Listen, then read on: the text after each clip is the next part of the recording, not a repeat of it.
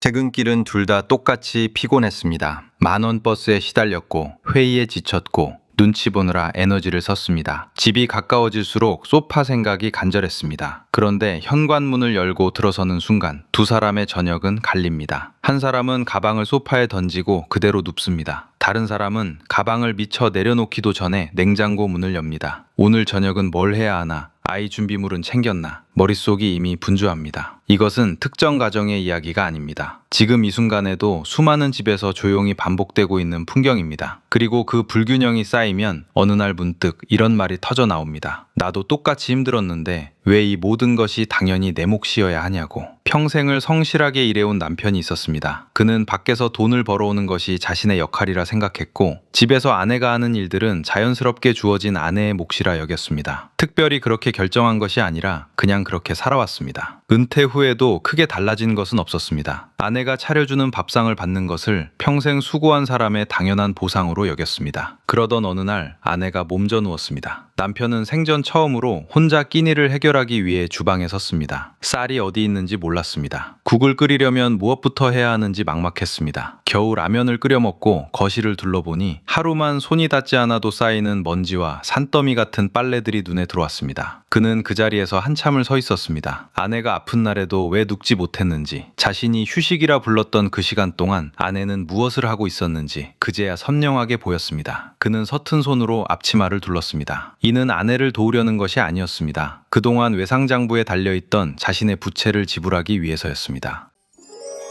나는 집안일을 많이 도와주잖아. 이 말을 들으면 아내들이 왜 씁쓸해하는지 한번 들여다볼 필요가 있습니다. 돕는다는 말은 원래 그 일의 주인이 따로 있다는 뜻입니다. 남의 일을 거들어주는 것이 도움입니다. 즉, 내가 집안일을 도와준다는 말 속에는 집안일의 주인은 아내이고 남편은 가끔 친절을 베푸는 손님이라는 전제가 깔려 있습니다. 하지만 가정은 두 사람이 함께 운영하는 공동 프로젝트입니다. 청소도, 요리도, 아이를 챙기는 일도 두 사람이 사는 공간을 두 사람이 유지하는 일입니다. 내가 쓴 컵을 내가 닦는 것은 도움이 아닙니다. 당연한 일입니다. 우리가 잠든 침구를 정돈하는 것도 도움이 아닙니다. 내 몫입니다. 이 인식의 전환 하나가 수많은 갈등의 씨앗을 잘라냅니다. 맞벌이 가정에서 흔히 듣는 말이 있습니다. 나도 밖에서 일하고 왔는데 집에서는 좀 쉬면 안 되냐? 맞습니다. 쉬어야 합니다. 그런데 그 쉬는 동안 배우자는 무엇을 하고 있습니까? 한 사람이 소파에서 핸드폰을 보는 그 시간, 다른 사람은 그보다 더 피곤한 몸으로 주방에 서 있습니다. 한 사람의 휴식이 다른 사람의 연장근무로 채워지고 있는 것입니다. 이것을 오래 목격한 사람의 마음에는 무엇이 남을까요? 고마움이 아닙니다. 서운함이 쌓입니다. 그리고 그 서운함은 어느 순간 예상치 못한 곳에서 터져 나옵니다. 퇴근 후 두 사람에게 주어지는 쉼의 총량이 같아야 합니다. 한 사람의 쉼이 다른 사람의 희생 위에 세워진다면 그것은 안식이 아니라 착취입니다. 가사노동에는 눈에 보이는 것과 보이지 않는 것이 있습니다. 청소기를 돌리고 설거지를 하는 것은 눈에 보입니다. 하지만 냉장고에 무엇이 떨어졌는지 파악하고 이번 주 식단을 머릿속에서 계획하고 다음 달 경조사를 미리 챙기고 아이 준비물을 기억해두는 일들은 보이지 않습니다. 이 정신적인 관리 영역은 끊임없이 에너지를 소모합니다. 그런데 이것을 자연스럽게 맡아온 사람은 그것이 당연한 역할처럼 느껴져 드러내지 않고 맞지 않은 사람은 그것의 존재 자체를 인식하지 못합니다. 뭐가 필요해? 말하면 할게 라는 말도 사실은 그 인지의 책임을 상대에게 넘기는 것입니다. 말하지 않아도 함께 파악하려 할 때 배우자는 처음으로 함께 살고 있다는 느낌을 받습니다. 많은 분들이 어린 시절 비슷한 풍경을 보며 자랐습니다. 아버지는 거실에, 어머니는 부엌에. 그것이 집의 모습이었습니다. 그 시절에는 아버지가 경제력을 책임졌고 어머니가 가사일을 하는 형태가 일반적이었기 때문입니다. 지금도 그런 형태로 분담이 되어 서로 균형이 맞고 불만이 없다면 아무런 문제가 없습니다. 하지만 맞벌이 가정이 늘고 가사 의무가 한쪽으로 치우친다면 그리고 어느 한쪽이 불편해한다면 바꿔야 합니다. 전통은 좋은 것을 전달하는 것이지 불편한 것을 그대로 보존하는 것이 아닙니다. 아버지 세대가 보여주지 못했던 것을 지금 이 자리에서 다르게 시작해도 됩니다. 그리고 그 모습을 자녀가 보고 자란다면 다음 세대는 처음부터 이 고민을 덜하게 됩니다. 막연히 좀 도와줘 라고 말하거나 묵묵히 혼자 다 하면서 속으로 서운함을 키우는 것은 둘 다 해결책이 아닙니다. 구체적으로 나누는 것이 필요합니다. 청소기는 내가 돌릴게. 세탁기는 네가 맡아줄 수 있어? 이렇게 역할이 명확해지면 눈치 싸움이 줄어들고 자신의 담당이 생긴 사람은 그것을 자신의 몫으로 받아들입니다. 서툴게 한다고 핀잔 주지 마십시오. 처음 해보는 일은 누구나 서툽니다.